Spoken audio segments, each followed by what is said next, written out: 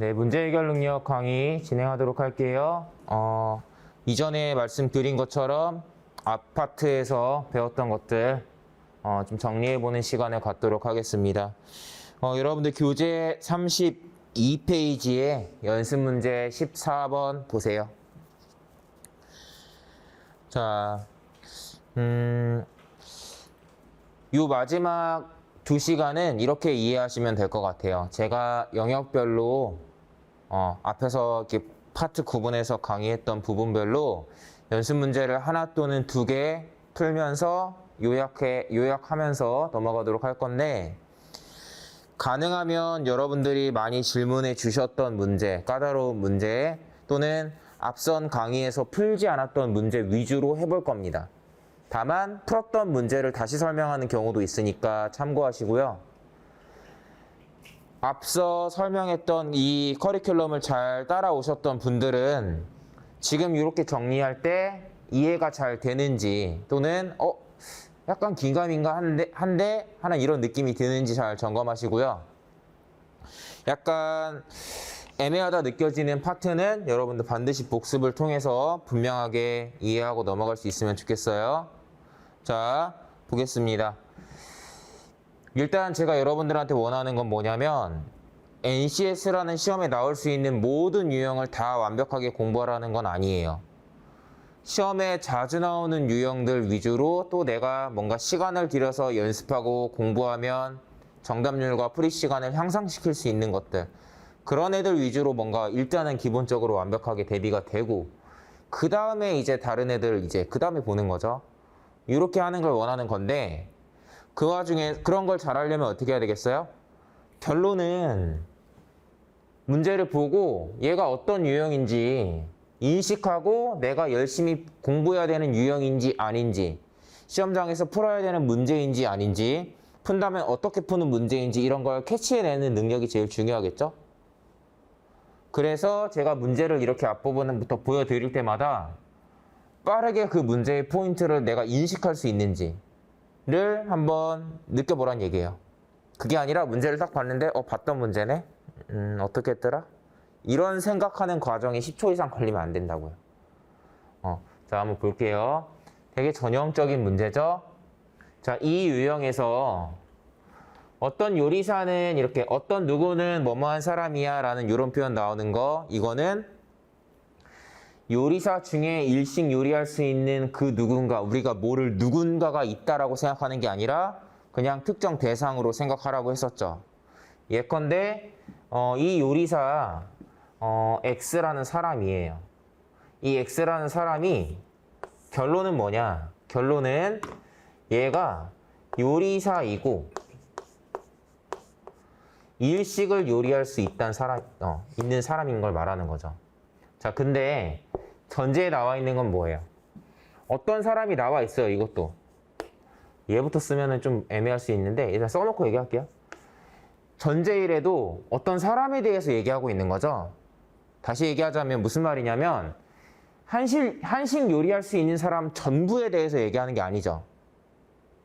어느 누군가에 대해서 얘기하고 있는 거예요. 얘도 X라고 했을 때 이 사람은 X라는 사람인데 한식을 요리할 수 있다라는 특성과 일식을 요리할 수 있다라는 이런 특성이 있는 거예요.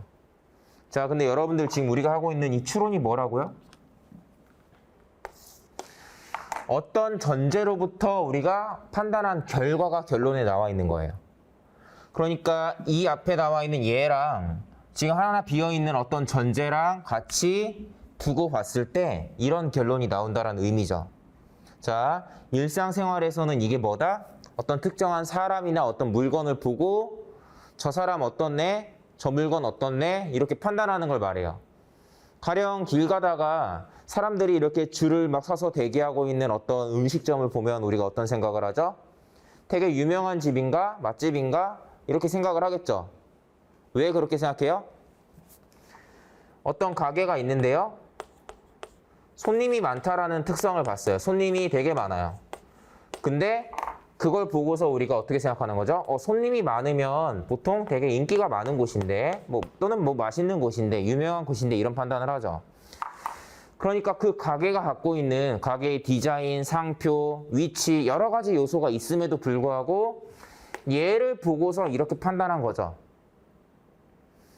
이게 이거랑 똑같은 거예요. 어떤 사람이 있어요. 여러분들 저도 어때요? 안경을 안 썼죠? 머리는 짧아요. 성별은 남성이고요.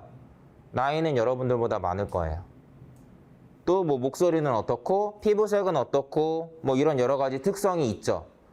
그런데 그렇게 나열되어 있는 특성 중에 어느 것이 이 사람은 어떤 사람이야 라고 이렇게 판단할 만한 그런 요소가 된다면, 예를 들면 여러분들 제가 마스크를 쓴 걸 보고서 5년 뒤에 무슨 생각할 수 있겠어요? 만약에 지금 우리가 찍은 이 동영상이 5년 뒤에, 이 동영상을 5년 뒤에 보게 된다면 어떤 생각할까? 이런 생각 한번 해볼 수 있겠죠. 저 사람 마스크 쓰고 강의하는 거 보니까 옛날에 코로나 때 이거 촬영한 건가 보다. 5년 뒤에는 마스크 안 쓰겠지. 그런 생각을 하겠죠. 그렇죠?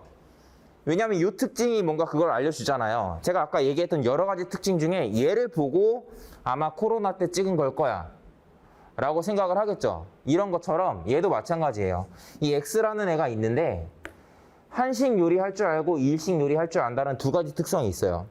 문제 두 개밖에 제시가 안 된다라면 어쨌든 이 둘 중에 하나, 이 둘 중에 한 가지 어떤 요소가 우리가 어떤 판단을 하는 근거로서 활용이 되겠죠.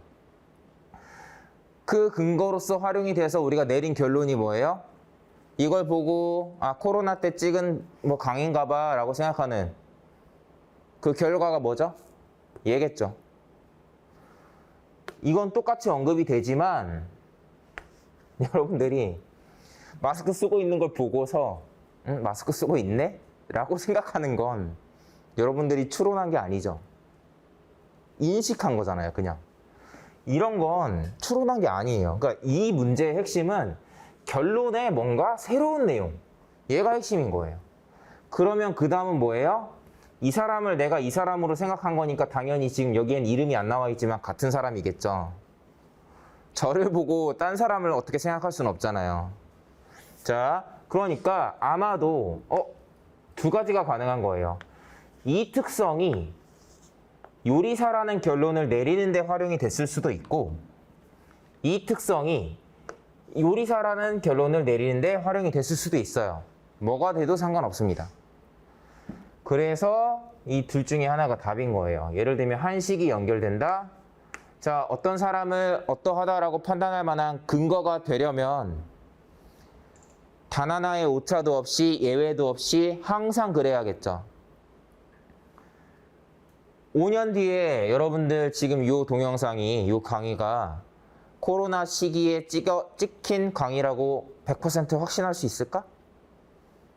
99% 정도 확신할 수도 있지만 저 강의 촬영할 당시에 제가 뭐 예를 들면 감기에 걸렸다거나 뭐 독감에 걸려가지고 그런 상태에서 이렇게 하고 있을 수도 있죠.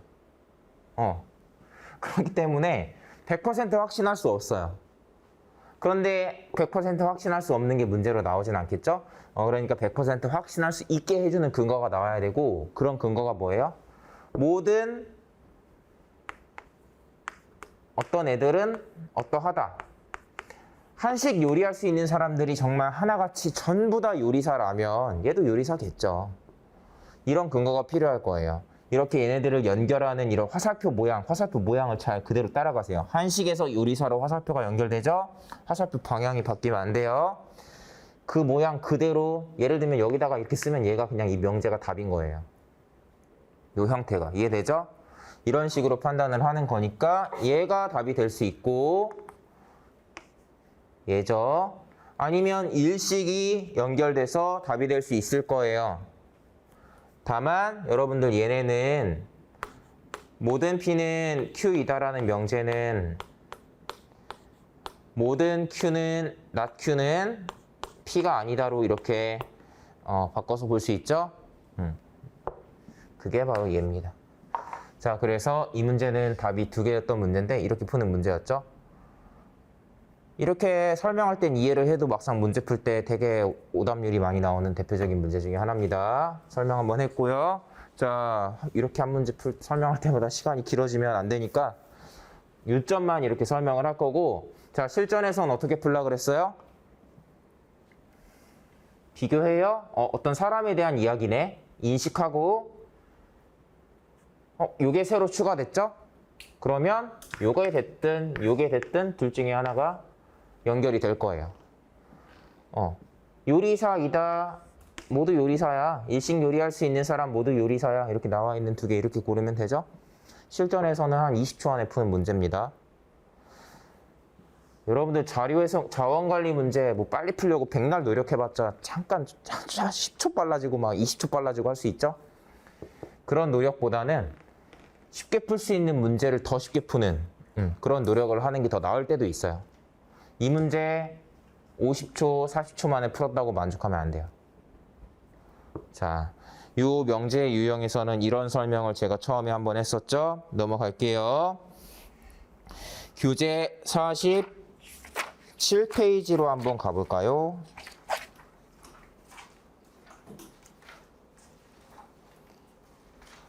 (47페이지) 네.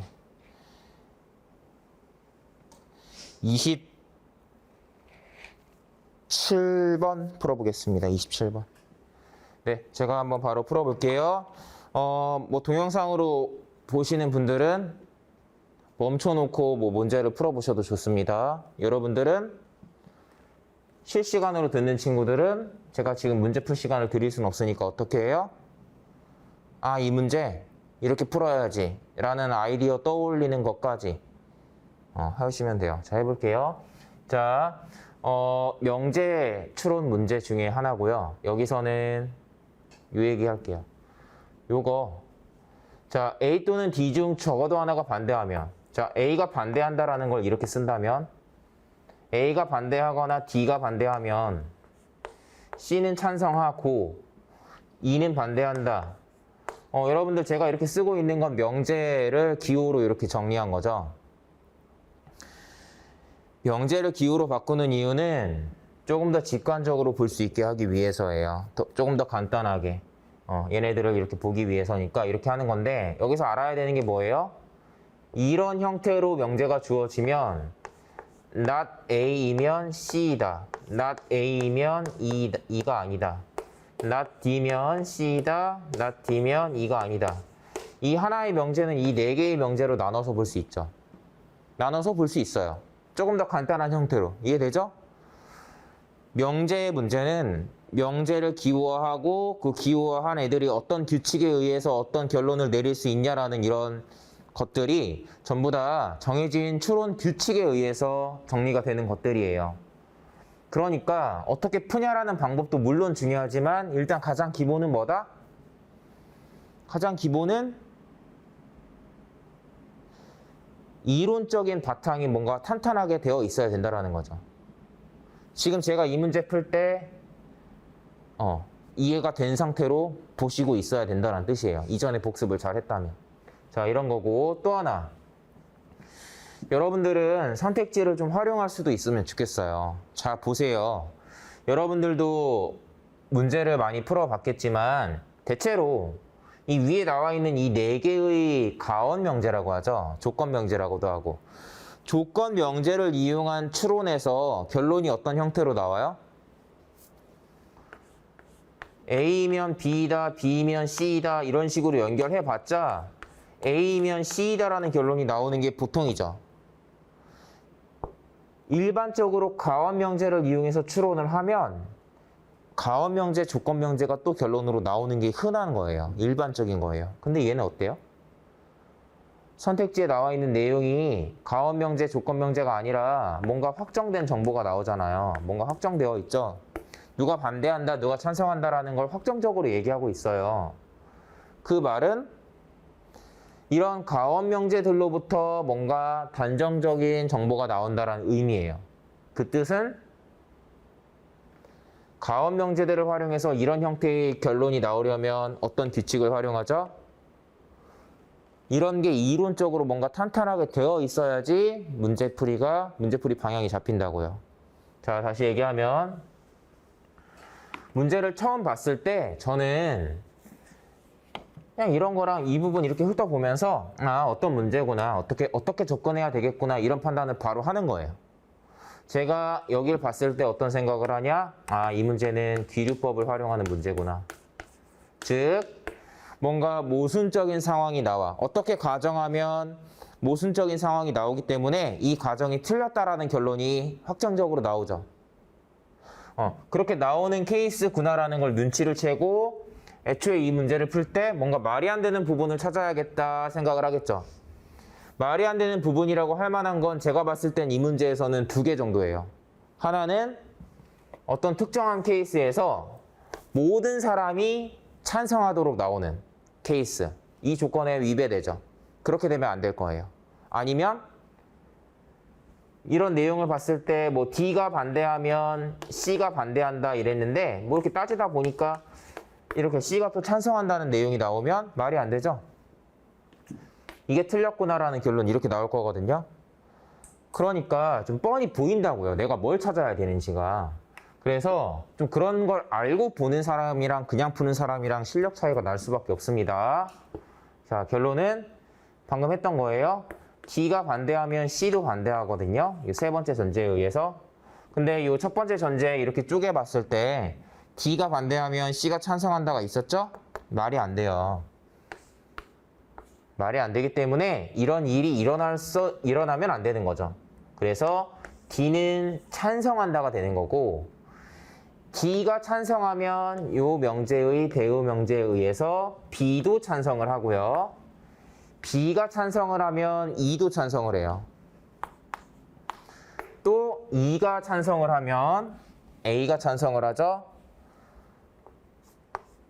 자, C 빼고 다 찬성하는 분위기예요. 그럼 C라면 어떻게 하겠어요? 현실에서 어떤 스타일인가요? 여러분들은? 나는 다른데? 약간 이게 손 들고 얘기하는 스타일인가요? C가 반대한다. 나와야겠죠. 자, 그래서 4번이 답인 문제였습니다. 여기 있잖아요, 스타일이. 그 옛날에 광고도 있었어. 모두가 얘라고 할 때 아니라고 하는 또라이. 물론 틀린 건 아니지만 그런 주관이 있어야 하는 경우가 있죠. 자, 하지만 한 번쯤 내가 혹시 틀린 건 아닐까 생각을 전 해봐야 된다고 봅니다. 자, 그 다음 81페이지입니다. 페이지 잘 넘기면서 따라오세요. 81페이지. 자, 저도 연습 문제를 빠르게 넘겨볼게요. 정신없나요, 혹시? 내가 이렇게 넘길 때 여기 보면? 정신없나요? 죄송합니다. 71번 보세요. 자, 71, 72번을 풀어볼 거예요, 여기서는. 자, 여러분들 어떤 명제, 어떤 진술, 어떤 이야기 이런 내용을 보고서 이 중에 참, 거짓을 구분하고 그걸로부터 어떤 결론을 추론하는 유형, 뭐 진실게임 유형이라고 많이 얘기합니다. 요 유형 많이들 어려워하는 경우가 많은데 개인적으로는 요 유형은 가끔은 좀 어렵게 낼 때가 있어요. 실제 시험에서. 뭐 인정합니다. 제가 봐도 이 문제는 조금 어려운데 라고 느끼는 문제가 좀 나와요. 안 나오는 게 아니에요. 그렇기 때문에 저는 이 진실게임 유형은 정말 더 여러분들이 문제 유형을 세분화해서 그 세분화된 유형마다 어떤 식으로 푼다라는 게 정확하게 패턴이 다 패턴처럼 입력이 되어 있어야 된다고 봐요. A 패턴으로 나와? 그럼 난 이렇게 풀 거야. B 패턴으로 나와? 난 이렇게 풀 거야. 이런 식으로 뭔가 기계적으로 입력이 되어야 된다고 보고 C로 나온다고? 안 풀래. 이런 식으로 안 푸는 유형까지도 뭔가 세분화가 되어 있으면 좋을 유형이에요. 앞부분에서는 제가 되게 많이 강조했었죠. 이렇게 나올 땐 이런 정보로 이렇게 푼다라는 거. 여러분들이 지금 제 말, 요 정도의 말을 듣고 맞아. 그런 거 있었지. 이게 뭔가 세세하게 그게 떠오를 수 있으면 좋고 떠오르지 않는 분들은 앞으로 그런 걸 공부하면 된다라고 생각하면 됩니다. 자, 볼게요. 제가 이런 문제를 볼 때 신경 쓰는 거는 한 3가지 정도예요. 첫 번째는 문제에서 우리가 지금 확인하고 있는 이 상황이 단순한 상황이냐 아니냐라는 거예요. 단순하다 아니다의 차이는 뭐냐면 예를 들면 바로 아래에 있는 같은 페이지 바로 아래에 있는 72번 문제는 범인 2명 찾는 거죠. 그냥 어떻게 보면은 얘가 범인이야 아니야. 얘가 범인이야 아니야. 그냥 OX의 문제예요. 동전 던졌는데 앞면이야 뒷면이야. 이렇게 둘 중에 하나인 거거든요. 그런데 자 동전 던졌을 때 뒷면이냐 앞면이냐 자 앞이냐 뒤냐라는 거는 앞이 아니면 뒤인 거고 뒤가 아니면 앞인 거죠. 앞이면 뒤가 아닌 거고 뒤면 앞이 아닌 거예요. 어쨌든 둘 중에 하나밖에 없죠. 되게 단순한 상황이에요. 그런데 그게 아니라 주사위를 던지는 케이스라고 생각해 봐요. 주사위를 던졌거든요, 여러분들. 자, 제가 던졌어요. 1은 아니네요. 뭐죠? 이거를 알 수가 없죠. 이렇게. 어떤 정보가 주어져도 가능한 상황이 되게 복합적으로 여러 가지가 가능하면 1이 아니다라는 정보로 2, 3, 4, 5, 6 중에 하나겠지는 알지만 5가지잖아요. 뭔지 몰라요. 이런 애들이 상황이 복합적이라는 애들이에요. 상황이 간단한 애냐 복합적인 애냐를 판단해요. 어때요? 복합적이죠? 누가 1등인지 2등인지 3등인지 4등인지 5등인지 이게 다 뭔가 구분되어야 되는 문제죠. 자, 그 다음에 두 번째 문제에 주어지는 조건. 사실 얘가 제일 먼저 눈에 띄는 애긴 한데 이 조건이라는 건 뭐냐면 대체로 이런 거 참, 거짓, 개수. 요 개수 알려주냐 개수 알려주냐 참 몇 개고 거짓 몇 개야 이런 조건이 나올 때도 있고 아니면 이렇게 2마디씩 하는 애들만 쭈르륵 늘어놓은 다음에 얘네들이 한 말 중에 적어도 하나는 참이야 뭐 이런 식으로 조건이 들어가는 경우도 있고 다양하게 들어갈 수 있어요. 이거 안 알려주는 경우도 있어. 개수 안 알려주는. 그냥 이 중에 거짓말하는 놈이 있어. 이런 느낌으로만 주는 경우가 있는 거죠. 그러면 왜냐하면 잘 봐. 우리 마피아 해봤어요, 여러분들? 마피아? 마피아 안 해봤으면 해봐. 마피아 해보면 마피아가 몇 명인지 알고 게임하는 거랑 모르고 게임하는 게 난이도 차이가 말도 안 되겠죠? 그런 느낌이에요. 자, 이런 거. 또 진술 자체도, 진술의 형태 자체도 진술도 이게 맞아 저게 맞아 이렇게 단순하게 얘기하는 건지 예를 들면 누가 1등이고 누가 4등이야 이렇게 분명하게 얘기하는지 아니면 그냥 누가 누구보다 성적이 높아 뭔가 불확실한 정보를 주는지 아니면 A 또는 C야 A라는 거야? C라는 거야? 둘 다라는 거야 뭔가 어쨌든 가능한 케이스가 여러 개가 나올 수 있는 약간은 불분명한 뭐 이런 가오명제도 되겠죠. 이런 애들이 나오냐 안 나오냐에 따라서 난이도가 막 달라진단 말이에요. 그러면 저는 이 세 가지를 보고서 풀만하다 아니면 애매하게 나왔다라는 판단을 한 10초 안에 하는 거죠. 5초 안에 되면 더 좋아요. 그래서 푸냐 안 푸냐라는 걸 여러분들이 결정을 해야 되는 유형입니다. 오케이? 이런 게 잘 돼야 돼요. 자, 얘는 어떻게 풀까? 자, 상황 복합적이죠? 상황이 복합적이다라는 건 각각의 상황에 따라서 대입하면서 진리표로 풀 수 없다는 걸 의미해요. 진리표라는 건 앞부분에서 설명한 거니까 일단 참고하고 다음 문제에서 한번 해볼 거예요. 그러면 사실 방법이 여기에서 말이 안 맞는 거. 말이 서로 어긋나는. 그런 애들을 찾는 건데 말이 서로 어긋나려면 어떻게 돼야 되죠? 얘랑 뭔가 말이 달라.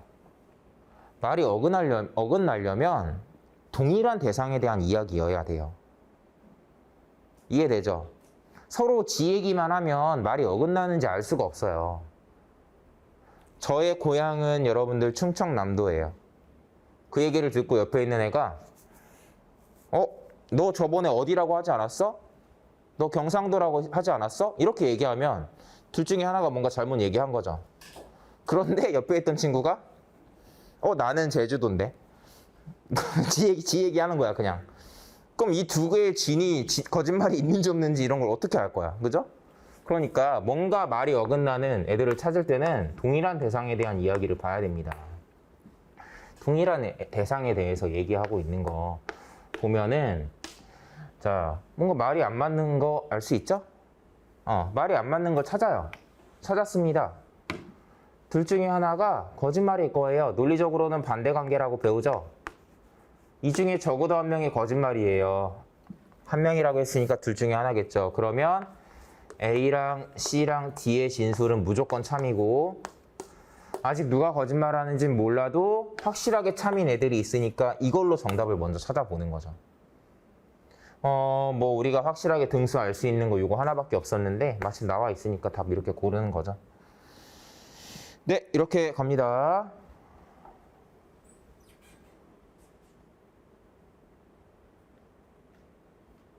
뭐 이렇게 대놓고 나와 있었으니까 얘 골랐지만 좀 아닌 거 한번 생각해 볼까요? 그냥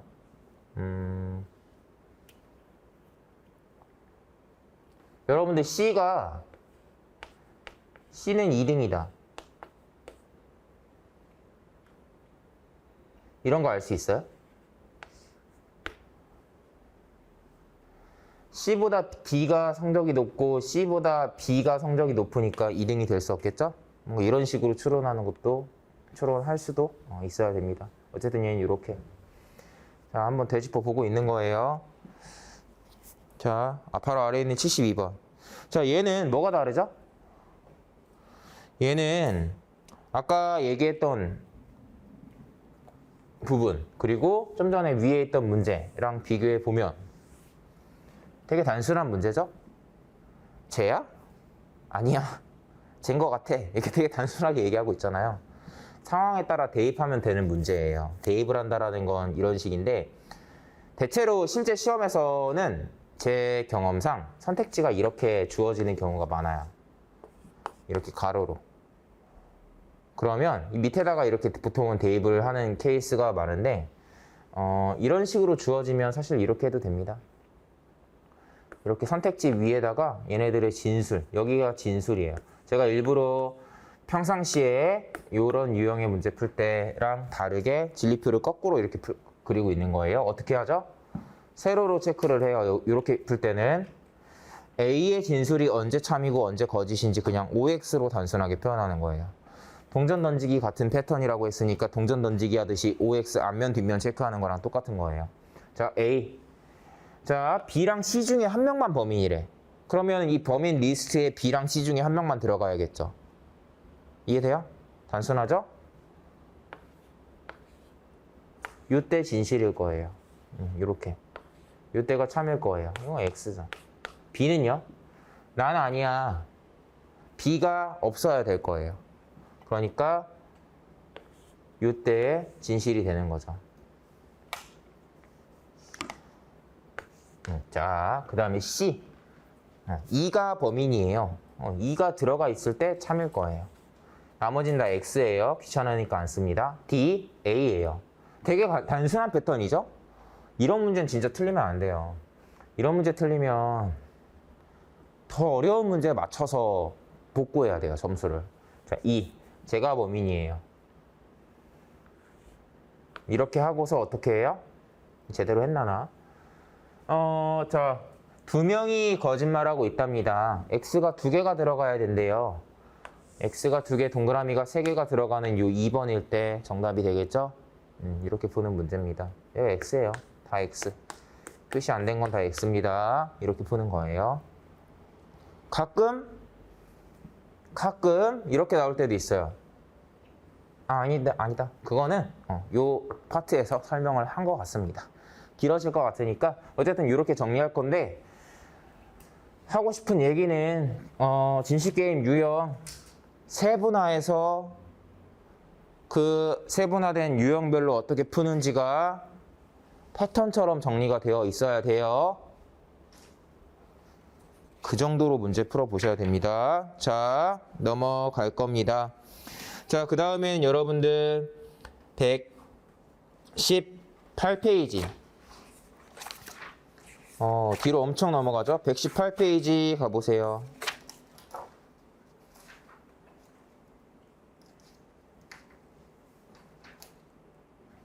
엄청 바뀌어요. 자, 118페이지 다 왔다.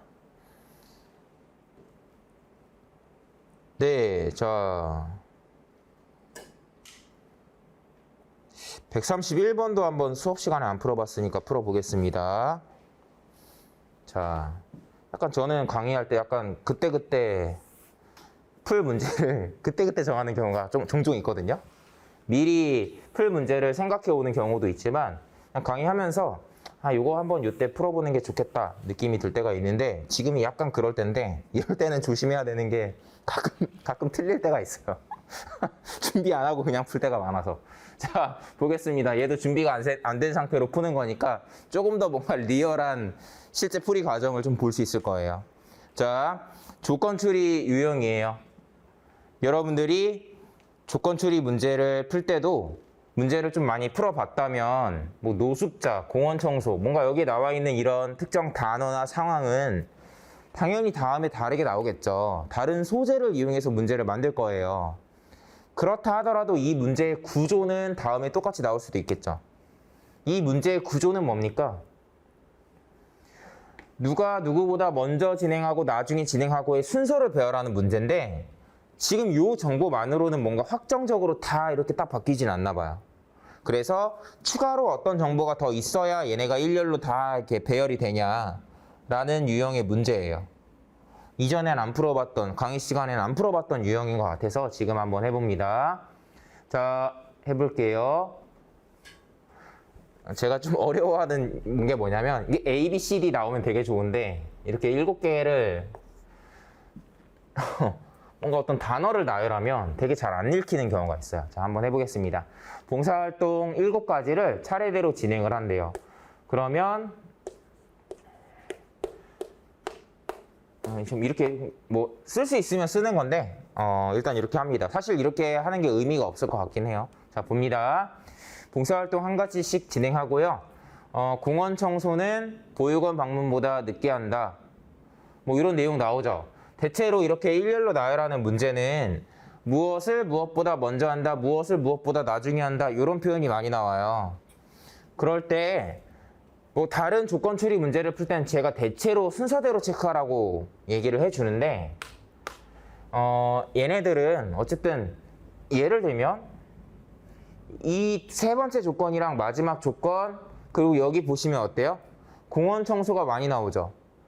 그러니까 뭔가 어떤 기준이 돼주는 애가 있어가지고 얘보다 앞이야 얘보다 뒤야 이런 정보가 많이 나오면 얘를 기준으로 정리하면 문제가 조금 더 쉽게 풀리거든요. 그래서 순서를 배열하는 그런 정보가 나와 있는 문제에서는 이렇게 공통으로 언급되는 애들이 좀 눈에 띄면 좋아요. 그래서 해보겠습니다. 공원 청소랑 벽화 그리기는 연이어서 할 거예요. 여기서부터 자, 공원 청소는 보육원 방문보다 늦게 해요. 그러면 여기가 앞이고 여기가 뒤라고 했을 때 보육원 방문이 어쨌든 앞이고 공원 청소가 뒤에 들어가야겠죠. 그 다음에 공원 청소와 벽화 그리기는 연이어. 그러면 얘랑 벽화 그리기가 같이 진행된다라는 느낌인 거고 연달아서 앞에 들어가거나 뒤에 들어가겠죠.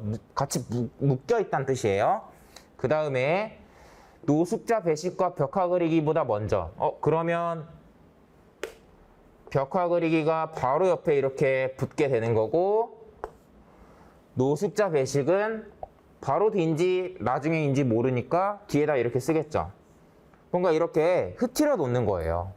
얘는 대충 앞쪽, 얘는 대충 뒤쪽 기준을 삼아서 이렇게 하고 그 다음에 한번 봅시다. 자, 벽화 그리기는 기부 마라톤보다 늦게래요. 그럼 벽화 그리기보다 기부 마라톤이 앞이면 얘보다 더 앞이겠죠. 다만 얘는 앞인데 요 사이인지 얘보다 더 앞인지 이런 건 모르죠. 저는 불확실한 정보는 지금 제가 요거를 나름 확실하게 누가 앞이다 누가 뒤다라는 걸 일렬로 이렇게 쓰고 있거든요. 약간 불확실하네. 기부 마라톤이 어느 쪽에 들어가는지 불확실하죠. 얘는 이렇게 써요. 얘보다는 왼쪽이지만 얘를 기준으로 했을 땐 아직 모르기 때문에 아랫줄에다가 얘는 아직 정해지지 않았다는 걸 저는 나름 표시하는 거예요. 중요한 게 뭐예요? 정리하는 방식이 중요해요. 사실 이런 유형은. 정리하는 방식이 이 방식이 아니더라도 여러분들만의 방식이 뭔가 정해져 있으면 되게 쉽습니다. 자, 연탄 배달 가장 먼저, 유기견 돌보기 나중에. 그럼 연탄 배달이 맨 앞이고 유기견 돌보기가 맨 뒤야. 하나, 둘, 셋, 넷, 다섯, 여섯, 일곱. 자, 그러면 여러분들 지금 얘만 남았다는 거 확인되시죠? 그러면 어떤 정보가 있어야 순위가 1부터 7까지 다 확정이 될까요? 여기 요거는 사실 쓸 필요가 없었네요. 지금 보니까. 네.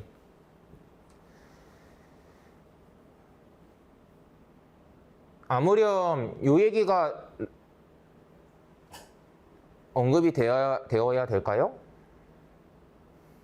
봅시다. 자, 1번 노숙자는 벽화 그리기보다 먼저. 2번 공원 청소와 보육원 방문은 연달아. 요거네요. 2번. 무슨 말이냐면 얘랑 얘가 이렇게 묶여 있다란 뜻이면 얘가 요 사이에 들어갈 수가 없겠죠? 여기에 들어가야 될 겁니다. 그래서 2번. 뭐 이렇게 푸는 건데 어쨌든 정리하는 방식 중요하고요.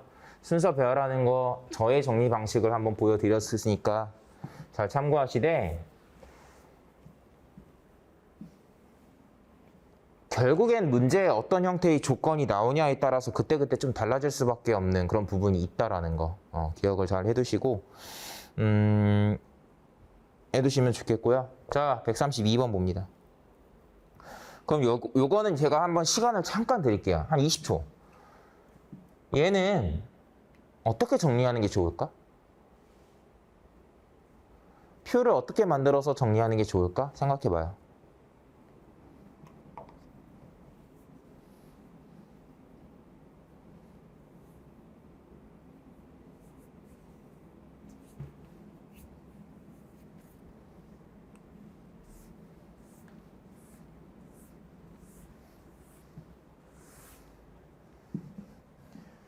자, 얘는 사람과 이 사람들이 키우는 동물 두 가지 요소만 나와 있죠? 그리고 내용이 어때요? 얘 키워 안 키워? 동전의 양면처럼 나와 있기 때문에 간단하게 OX로 정리할 수 있을 것 같아요. 저는 조건 추리 문제를 풀 때 이렇게 뭔가 정리하면서 OX로 정리하는 케이스가 많지 않다고 생각해요. 다시 얘기하면 항목이 3개면 OX로 정리할 수 없잖아요. 그러니까 OX로 정리할 수 없는 문제가 오히려 더 많은 거예요. 그런데 이 얘기를 왜 하냐? 조건 추리 문제를 많이 안 풀어보신 분들, 잘 못 푸시는 분들이 많은 문제를 OX로 풀려고 해요. 많은 문제를 OX로 정리할 수 없는 문제고 OX로 정리하지 않는 게 나은 문제인데 근데 얘는 OX로 정리하는 게 나은 문제니까 그 점을 알고서 봐주셨으면 좋겠습니다. 항상 제가 여러분들도 알고 있겠지만 이 표 그리는 것도 귀찮으니까 항상 요 선 이런 거 하나씩 이용하죠. 자, 볼게요. 자, 싹 훑어봤을 때 여기 등장하는 동물. 자, 개, 고양이. 저는 강아지 키우는데 안 궁금하죠? 안 궁금하죠? 근데 원래 그거 알아요? 강아지랑 고양이 키우는 사람은 되게 자랑하고 싶어해. 자, 죄송합니다. 자, 보겠습니다. 첫 번째 조건, A는 개. 그냥 키우면 O 이렇게 하면 되죠. C는 고양이. 자, 닭을 키워. 이 사람은 농장을 하는 게 아니면 어렸을 때 병아리 키워본 적 있어요? 자, 어린 마음에 학교 앞에서, 초등학교 앞에서, 저는 또 시골에서 자라갖고 장날마다 막 병아리가 그 노란 털을 갖고 있다가 나중에 달라지죠. 노란 털 이외에 다른 털을 본 적이 없어요. 무슨 말인지 알죠? 항상 이 호기심에 데려오지만 정작 그 병아리를 결국 떠안는 건 부모님들이었는데 어느 날 집에 와보면 없더라고요. 다시 어디론가 갔는지 모릅니다. 자, 보겠습니다. 그 다음에 토끼 안 키워요. 자, 토끼 키우는 분들도 있죠. 가끔 궁금해요. 토끼는 어떻게 다른지. 자, A가 키우는 동물은 B도 키운다. 이거 잘 봐요. A가 키우는 동물은 B도 키운다. 마침 이렇게 나와 있으니까 표현하지만 이거죠. 이렇게 표현하면 약간 어떤 느낌? 가업 명제처럼. A가 키우면 B도 키운다. 가원 명제 같은 애들이 나오죠. 다시 보면 여기죠. 다시 보면 B가 키우지 않으면 A도 키우지 않겠죠? 자, 조건 추리 문제를 풀 때도 대우 명제 같은 개념이나 선원 추리 같은 이런 추론 규칙은 종종 활용이 돼요. 그래서 사실 이런 유형의 문제 풀이에 앞서서 그 명제에 대한 어떤 이론적 지식이 깔려 있어야 되는 거죠. 자, 보겠습니다. 그러면 어떻게 돼요? A가 키우면 B도 키운대요. 따라쟁이야. B가 안 키우면 A도 안 키우겠죠. 자, 이거고 A랑 C는 같은 동물을 키우지 않아요. 이런 거 어떻게 하면 돼요? 같은 동물 안 키워. 달라. 뭔가 달라. 달라. 저는 이렇게 표현할게요. 자, 같은 동물 안 키워요. 안 키우겠죠. 안 키워요. 이건요? 이거 알면 안 돼요. 몰라요. A가 키우면 B도 키우는 거지만 B가 안 키우면 A가 안 키우는 거지만 A가 안 키운다고 해서 B가 어떻게 하는지는 모르죠. 이런 거 착각하면 이제 명제부터 다시 해야 되는 거예요. 자, 이거고 그 다음에 각각 2종류 이상을 키운대요. 자, 많이들 키웁니다. 자, 그러면 정보량이 많은 곳부터 정리하면 돼요. 정보량이 많은 곳. A. 이거 마지막이라고 하고 색깔을 구분해 드릴게요. 얘도 키우겠죠? 안 키울 거예요. X 2개죠? 키울 거예요.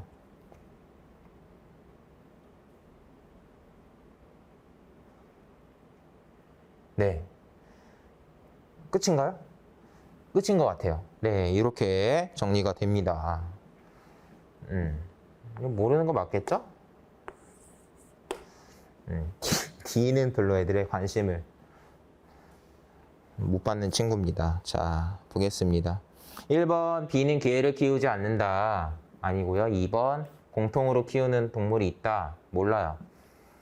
C는 키우지만 D에 대한 거 모르죠, 대체로. 4번, 3명이 공통으로 키우는 동물은 없다. 3번, 다시 죄송합니다. C는 키우지만 D가 키우는 동물이 있다. 죄송합니다. 키우지 않지만 정신 나갔습니다. D가 키우는 동물이 있다. 그렇죠. 그리고 요런 힌트는 이 힌트가 있었네. 힌트가 하나 있다면 요런 거, 남은 건 요런 힌트를 좀 이용하는 거겠죠? 이 중에 동그라미가 적어도 하나는 들어간다. 뭐 요런 거. 근데 이렇게 3번입니다. 자, 여러분들이 더 잘 풀죠? 자, 정리하는 방식 잘 참고하시고요. 2문제 정도 풀어봤지만 얘네 말고도 여러분들이 정리해야 하는, 연습해야 하는 유형이 정말 수도 없이 많습니다. 자, 그 다음에는요.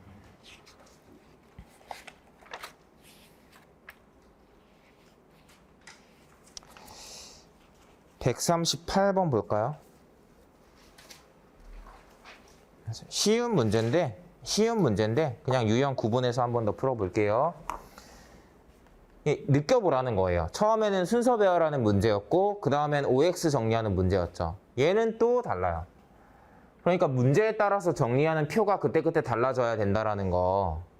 여러분들이 그 말은 문제에 따라서 적절하게 정리할 수 있는 표를 스스로 생각할 수 있어야 된다라는 거. 자, 보겠습니다. 갑에서 무 5명이 5개 지방도시에 출장을 가요. 가는데 서로 다른 교통수단을 이용해요. 자, 그러면 갑, 을, 병, 정, 무 알아요? 몰라도 돼요. 자, 그 다음에 얘네들이 어디로 가는지, 지방, 도시, 뭐 타고 가는지, 교통수단 이런 정보를 정리하면 될 것 같아요. 이런 식으로 정리할 때 그냥 정보를 나열할 때는 대체로 순서대로 봅니다. 그냥 이런 거는 등장하는 곳이니까 이렇게 체크하면 되고요. 갑은 인천, 을은 천안,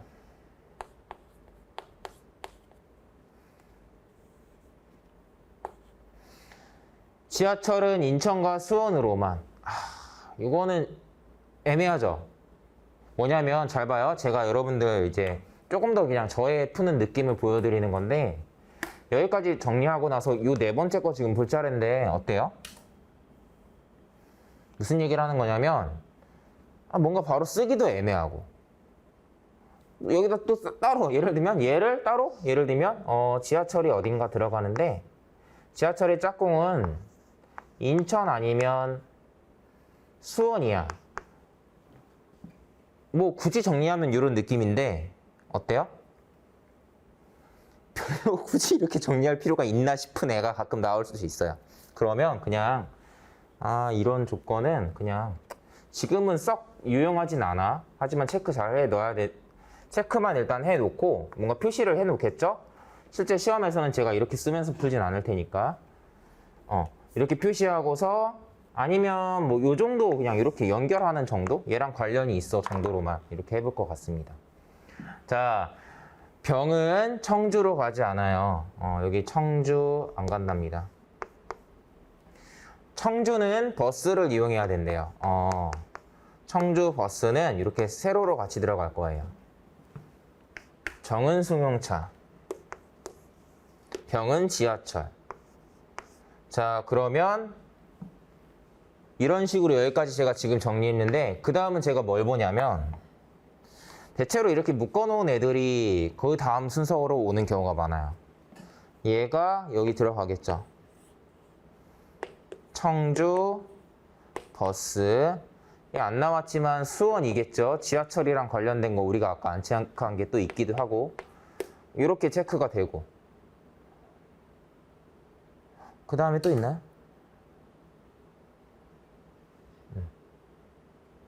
없을 것 같아요. 있나? 없죠? 없는 것 같아요. 지금 뭐 이게 크게 띄워놓고 봐서 구분은 잘 안 되는데 제가 뭐 중간에 빼먹은 거 아니면 이제 저도 항상 내가 여기까지 정리할 수 있는 게 맞나? 이게 끝인가? 라는 건 어떻게 보냐면 제가 지금 요거 정리할 때 웬만한 건 다 바로 여기다 쓰고 여기다 못 쓰는 것들을 이렇게 따로 해놨죠. 얘 활용했고요. 이것도 이제 끝났어요. 이것도 지하철 위치 정리됐죠. 이해돼요? 내가 정리할 거 다 했는데 라는 느낌이면 여기서 끝난 거예요. 만약에 여기서 안 끝나면 제가 뭔가 지금 읽다가 이렇게 하나 뭐 놓쳤겠죠? 안 읽었겠죠? 근데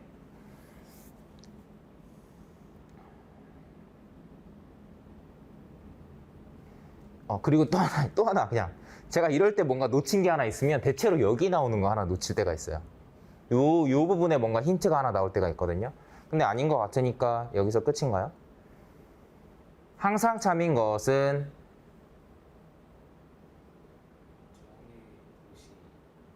정의 도시? 승용차라고 썼네, 바보같이. 죄송합니다.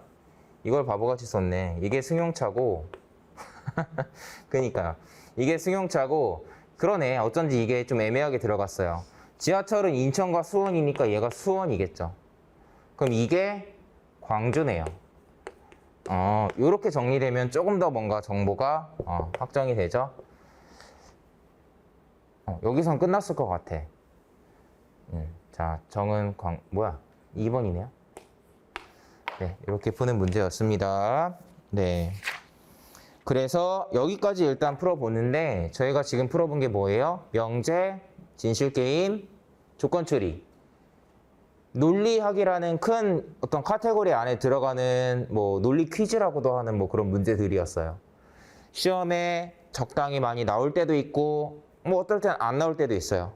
다만 유형이 너무나 전형적이에요. 이런 유형의 문제는 수십 년 전부터 출제가 되어 왔고 수십 년 전부터 이런 단어만 바뀔 뿐이지 비슷한 틀 안에서 계속 나와 왔어요. 그렇기 때문에 여러분들이 당장 어떤 한 문제가 어려울 순 있어도 동일한 유형의 문제를 수십 번, 수백 번 풀면서 연습할 수 있는 그런 애들이니까 결국엔 잘 풀 수 있는 유형이 될 수 있고 그렇게 해야 된다고 봐요. 자, 그래서 문제가 출제됐을 때 웬만하면 맞히는 또는 나보다 열심히 안 한 친구들보다 내가 확실하게 빨리 풀 수 있는 그런 유형이 되어야 합니다. 철저하게 대비하시고요. 자, 그래서 앞에서 배운 내용들 총 정리하는 거 일단은 논리 파트는 여기까지 설명드리는 걸로 하겠습니다. 네, 여러분들 10분 쉬었다가 진행하도록 할게요.